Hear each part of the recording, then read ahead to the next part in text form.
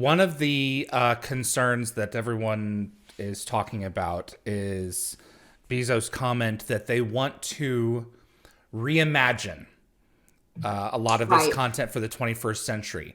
Yeah. And reimagine can, for our purposes, suggest a hard, complete reboot, back to square Right. one, like of Stargate. So wiping out SG-1, Yeah. Atlantis universe. Thoughts on this? I wouldn't count much on that either cynically or optimistically.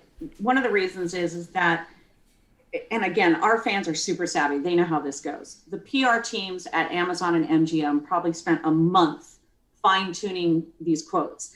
I don't know if everybody saw this, but that quote was not just attributed to Bezos, but it was also attributed to Mike Hopkins over at Amazon Studios and to somebody over at MGM. So my guess is they were given that they were told, and because you and I remember this, because we were told certain things at events where we could only keep, and not that we paid a lot of attention to that, but you're given certain phrases that you have to Correct. say over and over and over Well, again. we Okay, all have to so be on the same page.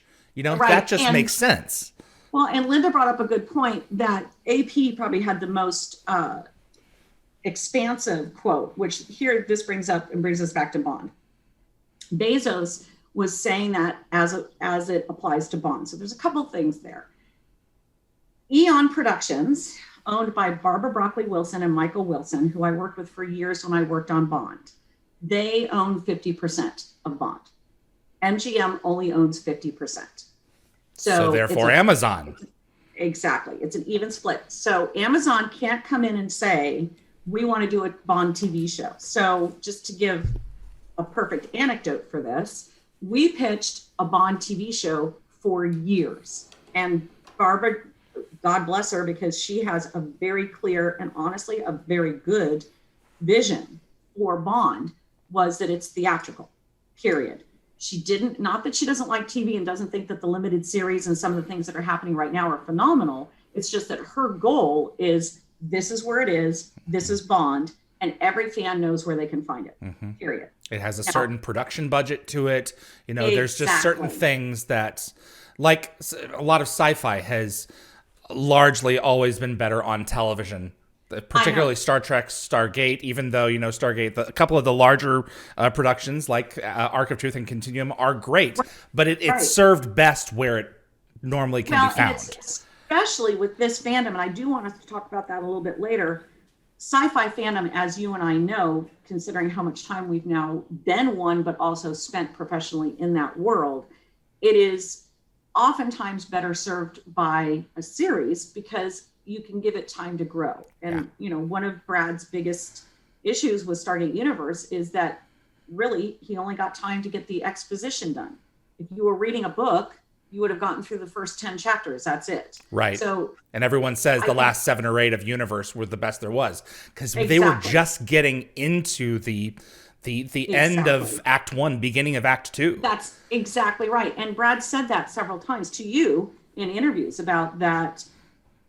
Really, that was the exposition of a sci-fi novel. That if you were comparing it to Dune or anything else, look, I was only into the first 10 chapters. It's like we haven't even gotten into the meat of where I wanted to go. But I think that's true for most sci-fi. I think that almost every sci-fi production I've ever worked on, fantasy, horror, horror doesn't really count because horror you can bang out a cheap direct to streaming and it's great and everybody loves it. But sci-fi fantasy does best when it's got that amazing character and world building Yeah. development. And I think that Amazon becomes a good place for that. Whereas, ironically, even though Bond was an Ian Fleming book series, how they picture it is that these are franchisable theatrical releases. And I found it really funny that Barbara and Michael released a statement to Variety yesterday saying very clearly in response to Bezos's reimagining and new development storytelling, she said, we see Bond specifically in the theatrical world, in the theatrical setting, and that's what we want. So they wanted to was make that like- very crystal clear. It's like it was a neon sign that said, this is what we're going to do, and you don't get to really argue with me about this. But to go back to the reimagining and developing the high quality storytelling, I mean, honestly, I laughed when I read that because I read it 3 different places from 3 different people. So Yeah, that sounds about right. it's a typical PR blurb. However, this is what I think is interesting. So if you go back and you look at Amazon's plans pre-COVID, Bezos was very clear with the heads of the Amazon studios that he eventually wants Amazon Studios to be his 4th pillar. So if you think about Amazon, you've got your marketplace, you've got the cloud computing, and then you've got Amazon Prime.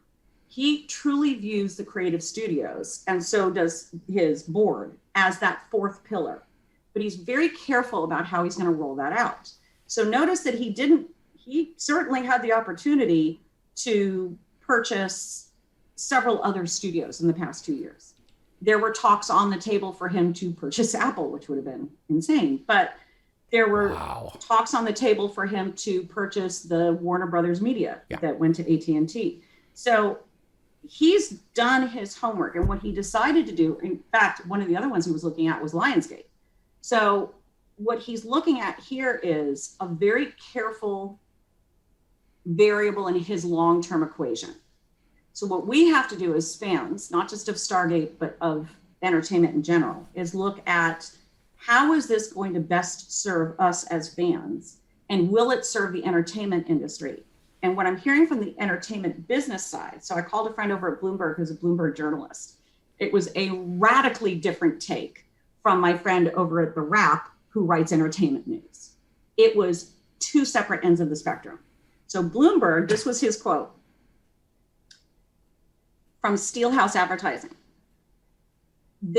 Advertisers are going to love the deal because it puts Amazon firmly and studios in the AVOD, advertising video on demand, meaning ad supported industry.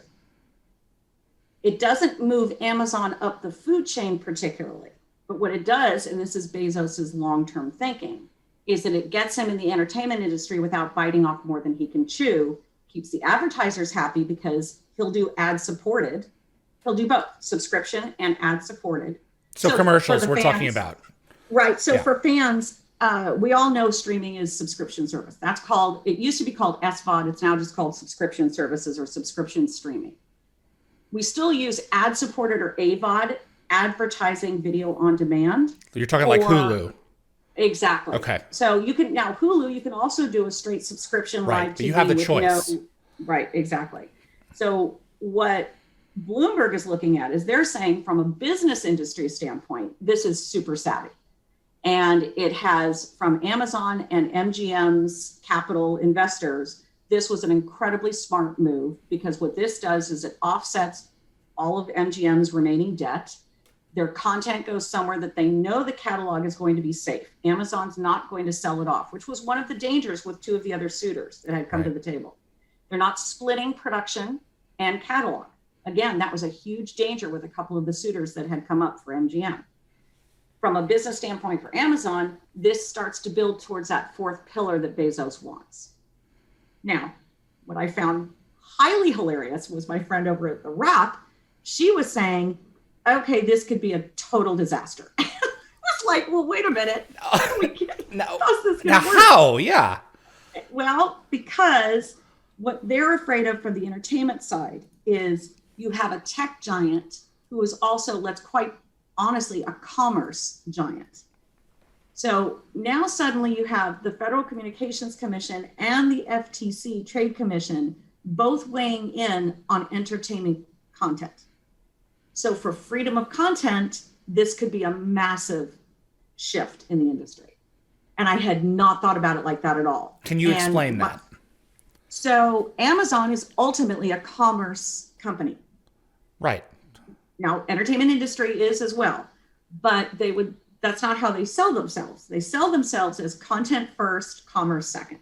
Okay. There was a huge shift in the early 90s where a lot of, and please forgive me if there are any CPAs or anybody out there, but bean counters who bought studios as opposed to creative leads that bought studios. So, for instance, Anchorage Capital buying MGM.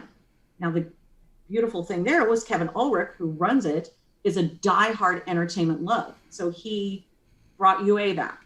But that's not true for everybody. Bezos is ultimately a bottom line guy. Mm-hmm. And if this becomes something that comes under his marketplace, as opposed to just the studios, who starts to regulate that? Who's in charge of the regulation? Is it Motion Pictures Association? Is it the FCC? Or is it FTC because you're streaming across federal boundaries? That's a massive potential conflict. Who regulates? Who dictates what the content is okay? Now, I truly do not see this as being a disaster. I see this as, this is my personally, blowing open what I was starting to see as being a very monolithic industry. What I think this is a opportunity for so many people in the world who have, like yourself, who are creative, who have access, who are fans, to create their own content and have an opportunity to work with somebody like Amazon or somebody else to distribute it themselves. I talk to a lot of people who are independent production companies. They see this as an enormous opportunity. They see this as, this is finally the shift that they wanted to see happen. The fact that AT&T was smart enough to say, we can't handle this. In essence, what they said was, we bit off more than we could chew. We're going to give this to Discovery Plus. Wow. And that's the behind the scenes conversation that happened with that. So I think from a content creation, from a fandom standpoint, it means we're going to have more choices. From a business standpoint, it's extremely smart for Bezos and MGM. From an entertainment industry standpoint, there is some nervousness about what this means from a regulation and independent content standpoint. Thank you for watching this clip from Dial the Gate. If you enjoyed the video, please consider giving us a thumbs up with that like button. It will encourage the algorithm to show this to other Stargate fans. Also, please consider sending this to a fellow Stargate friend. I also want to invite you to subscribe to future episodes right here on YouTube. We are a live show, so changes are likely to happen all the time. And if you plan on joining us live, you'll want to be the first to know. Be sure to visit dialthegate.com for the complete guest schedule so you'll know when to join us and ask your very own questions to our guests. See you on the other side.